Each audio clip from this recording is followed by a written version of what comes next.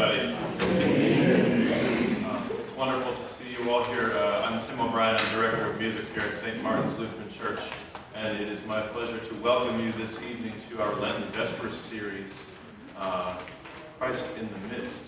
I am welcoming you tonight on behalf of Pastors Sandiger and Dietzel, both of whom will not be here this evening. Pastor Dietzel was supposed to be here, but Mr. Grayson has become sick. So we decided that was enough reason for him to get to stay home. But we welcome you here for an evening of contemplation and fellowship with some beautiful music. Tonight you'll get to hear from me preaching, but we have different speakers every week this week. And as tonight, we have meals every week during Lent at 6 o'clock in the fellowship hall. So we'd like to welcome you this evening and wish you a meaningful and profound Lenten season.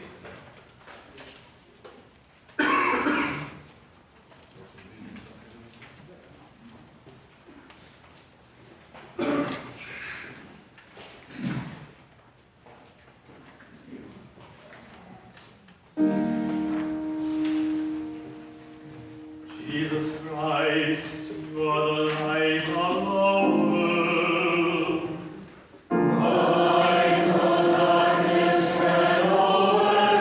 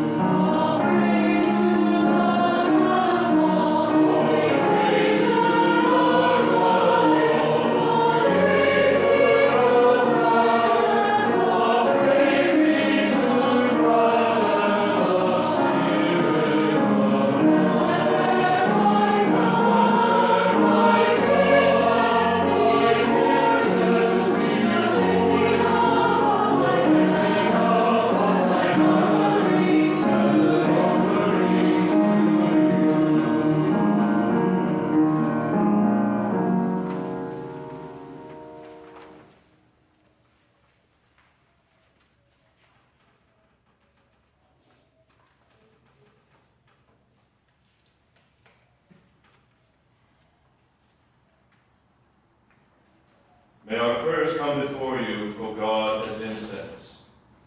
And may your presence surround and fill us, so that in union with all creation, we might sing your praise and your love in our lives. Amen.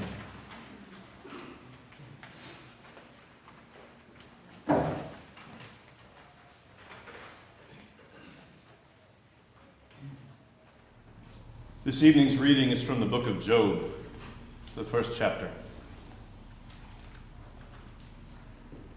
There was a man in the land of Uz, whose name was Job, and that man was blameless and upright, one who feared God and turned away from evil. There were born to him 7 sons and 3 daughters. He had 7,000 sheep, 3,000 camels, 500 yoke of oxen, and 500 she-asses, and very many servants. So that this man was the greatest of all the people of the East. His sons used to go and hold a feast in the house of each on his day, and they would send and invite their 3 sisters to eat and drink with them. And when the days of the feast had run their course, Job would send and sanctify them, and he would rise early in the morning and offer burnt offerings according to the number of them all. For Job said, "It may be that my sons have sinned and cursed God in their hearts." Thus Job did continually. Now there was a day when the sons of God came to present themselves before the Lord, and Satan also came among them. The Lord said to Satan, "Whence have you come?" Satan answered the Lord, "From going to and fro on the earth, and from walking up and down on it." And the Lord said to Satan, "Have you considered my servant Job, that there is none like him on the earth, a blameless and upright man who fears God and turns away from evil?" Then Satan answered the Lord, "Does Job fear God for naught? Hast thou not put a hedge about him and his house, and all that he has on every side? Thou hast blessed the work of his hands, and his possessions have increased in the land.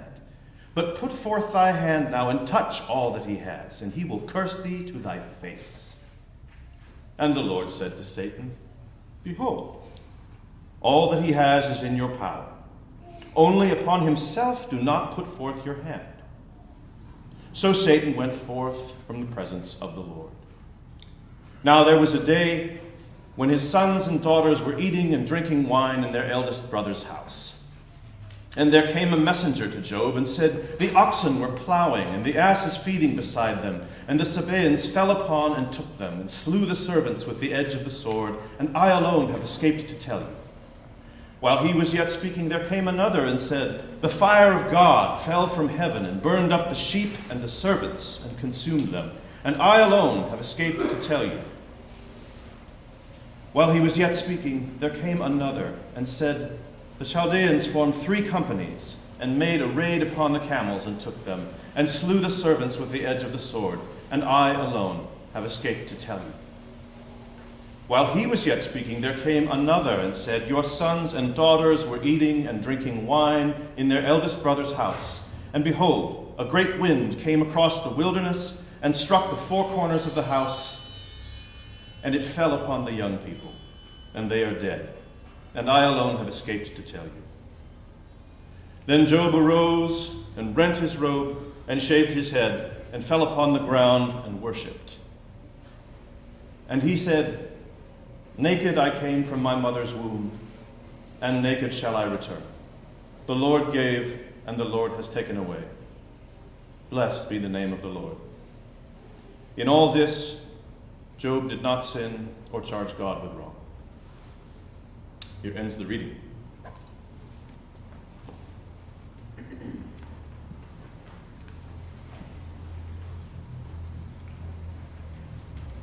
I've got a friend named Harry. Harry and his wife Bonnie are longtime friends of our family, and their kids were friends of mine growing up. Harry and I share February birthdays, and our families often celebrated these birthdays together. One year he decided to stop counting and just celebrate another 14th birthday with me instead of his own. It stuck, and over the years Harry and I have had an ongoing joke about our increasing collection of 14th birthdays. By now I've had 18 14th birthdays. And to be eternally 14 is to be forever goofy and awkward, forever fascinated by the various sounds and chaotic functions of a body undergoing a complete remodel, and forever eager to hear the next thing to make you laugh, to pine for crushes one has no intention of actually speaking to listen for the first time with fresh intensity to moody and passionate music, to be cranky for no apparent reason, and in my case, to be blessedly sheltered from grief and tragedy. But 14 isn't the same for everybody. My friend Mindy's life was very different at 14. 3 years before that, shortly after her 11th birthday, her brother Tommy had been killed when the go-kart he was riding was struck by an oncoming car. The grief crushed Mindy, and she never recovered. And about a month after my first 14th birthday, the real and only one, I guess, she took her own life with her father's shotgun. On the morning of that day, March 4th, 1991, in an act that will surprise no one, I was late for school. And taking my sweet old time walking the roughly 3/4 of a mile from our house to the school, lollygagging to avoid having to participate in the general torture that is 8th grade swimming FIAD. The route took me by Mindy's house, and I noticed that there was an ambulance in front of it. The EMTs were wheeling out a stretcher. I honestly didn't think too much about it, but later that morning in second period, Earth Science, Mr. Kruger stopped class to announce to us that Mindy had taken her own life, and we all went home early.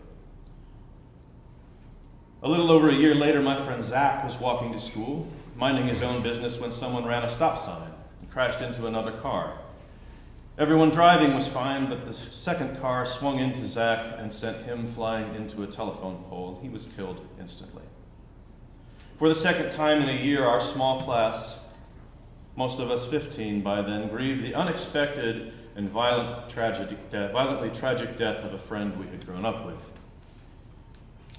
Senseless, awful, and undeserved. Both of these untimely deaths cut short promising lives. Mindy was a popular girl with tremendous athletic ability. She excelled at softball, and her large, forthright grin would completely light up her face when she thought you'd said something funny. Zach was a band nerd like me, and he had stuck by me through thick and thin. He was on his way to becoming an Eagle Scout, and he had an entrepreneurial spirit. He was always the top seller when it came time to extract money from the town by selling band candy and Cub Scout popcorn. For me, this Lent, the book of Job is about Mindy and Zach. Today's reading is a setup for a story you very likely know well. And after the terrible events that befell Job in the first chapter, 3 friends come to try to comfort him, and they argue with him, insinuating that Job must have done something to deserve his fate. Job, with increasing stridency, maintains his blamelessness, lamenting that if God would simply tell him what he had done wrong, he would be satisfied. The argument meanders and degenerates until, in a shocking reveal, God appears in the whirlwind and tells Job through a series of rhetorical questions that Job is quite simply not God and cannot understand the nature of the world. This encounter is enough for Job, who then says, therefore I recant and relent, being but dust and ashes. Martin Luther thought that Job was as fine a piece of writing as could be found in the Bible. Spinoza called it the most honest book in the Bible, and in our own time, Rabbi Harold Kushner, who is author of When Bad Things Happen to Good People, calls it the most challenging book in the Bible. The story of Job is a profoundly disturbing one, and it addresses a fundamental human anxiety. What are we to make of suffering, particularly undeserved suffering, in a world we believe to be governed by an all-powerful, loving God? Philosophers and theologians have wrestled with these problems for centuries. The parable of Job appears not only in the Hebrew Bible, but also in the Quran, and a nearly identical story appears in a Sumerian source from as early as 2000 BC. So people have been discussing the nature of undeserved suffering in this form by way of this story for at least 4,000 years. All of which is to say it's pretty unlikely that I'm going to solve it all in the space of a short Lenten reflection. But I do want to offer a couple of thoughts. As I reread Job, and as I've read it over the last couple of weeks in preparation for this, I've had Mindy and Zach's tragic deaths on my mind. And I thought most of how this must probably at some level always be an insoluble parable. Each of us will come to the paradox of suffering and leave with a different answer. Do we accept the idea of a not totally good God? As C.S. Lewis puts with a healthy dose of irony, tragedy teaches us that God is real, and he's a monster. The problem of suffering, for which Job is the classic example, is a fundamental human problem. What shall we believe? Do we, as Rabbi Kushner suggests, conceive of a God who is not completely omnipotent, but who is nevertheless always by our side, sacrificing for us, comforting us in our sorrow, and acting as our advocate? Or do we posit that we simply don't understand the purpose of tragedy or evil fully, and suggest with an unpalatable tang of cruelty to the victims of suffering and violence, to the parents of children like Mindy and Zach, that their suffering and that of their children was ultimately somehow for good? Do we as Christians take the easy out and hold firm to the notion that this kind of puzzle is an Old Testament thing that's been superseded by the Gospels? Or do we, like Job, come to some kind of contentment with our lack of understanding? Perhaps it was easier for Job, as it would be for us, if God appeared directly to us and gave us a stern talking to and a glimpse, however cryptic, of how the world really works. Job's rational complaints are not satisfied by God's explanation, but the presence of God is enough for Job to recant. There are no easy answers here, but in my weighing of this passage this season, I've come to the conclusion that perhaps this last tack is worth taking. That there is benefit in considering that the lack of a satisfactory answer to the problems posed by Job may help us in our Lenten journey. Whatever we take from the theological puzzle his parable provides us, one unmistakable take-home point for Job and for us is, you are not in control. Job, who we know hasn't done anything wrong, attempts to take control of the situation by asking for God to tell him what he has done wrong. Like many of us, Job would rather feel erroneously guilty than out of control. Job is depicted as obedient and pious to a superhuman level, yet he is punished fiercely, and in this I think he prefigures the crucifixion of Jesus. Job's friends, if they can be called that, try to take control of the situation by suggesting that Job is somehow to blame for his own suffering. For us, I believe both the story of Job and the Gospels of Lent have a lot to teach us about our human tendency to see needless, tragic suffering as the result of something we or someone else has done, to take control by assuming or assigning blame. The suffering of faultless Job and the crucifixion of Jesus, I think, put us on a different path than that. If we knew how the divine calculus of punishment and reward worked, we could, as Rabbi Kushner points out, operate God like a cosmic vending machine, putting in the right amount of faith and good deeds, expecting a blessing to come out, and cursing the machine and simply moving on to the next one if it didn't. Bereft of verifiable knowledge, though, we are instead left only with our faith, what we and our community believe together. So how comfortable are we this Lent, alone and in the dark with our faith?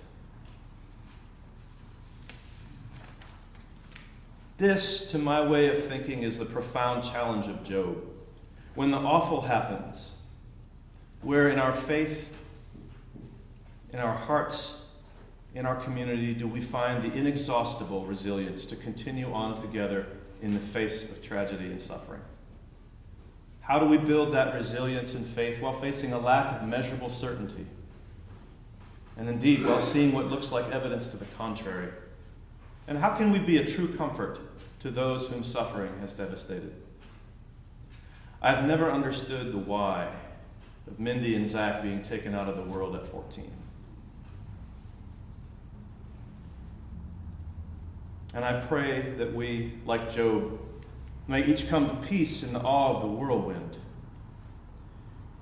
But in the meantime, I take comfort in the fact that we have each other and our community in faith. The light shines in the darkness.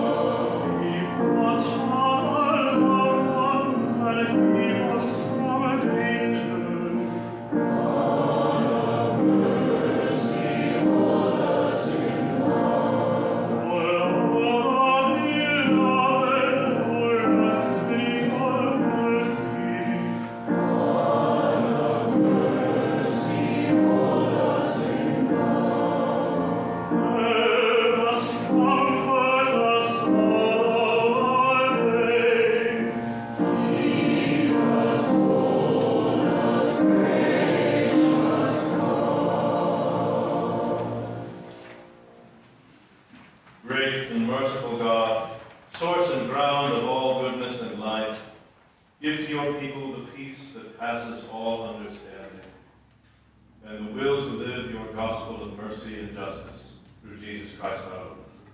Amen. God, remember us in your love and teach us to pray, Our Father, who art in heaven, hallowed be thy name. Thy kingdom come, thy will be done, on earth as it is in heaven. Give us this day our daily bread, and forgive us our trespasses, as we forgive those who trespass against us. And lead us not into temptation, but deliver us from evil. For thine is the kingdom, and the power, and the glory, forever and ever. Amen. Let us bless our God. Praise and praise to you. May God, Creator, bless us and keep us. May Christ be ever light for our lives. May the Spirit of love be our guide and a path for all our days.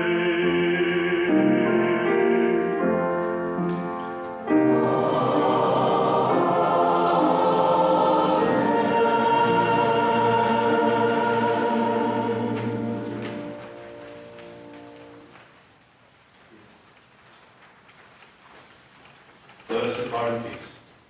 Amen.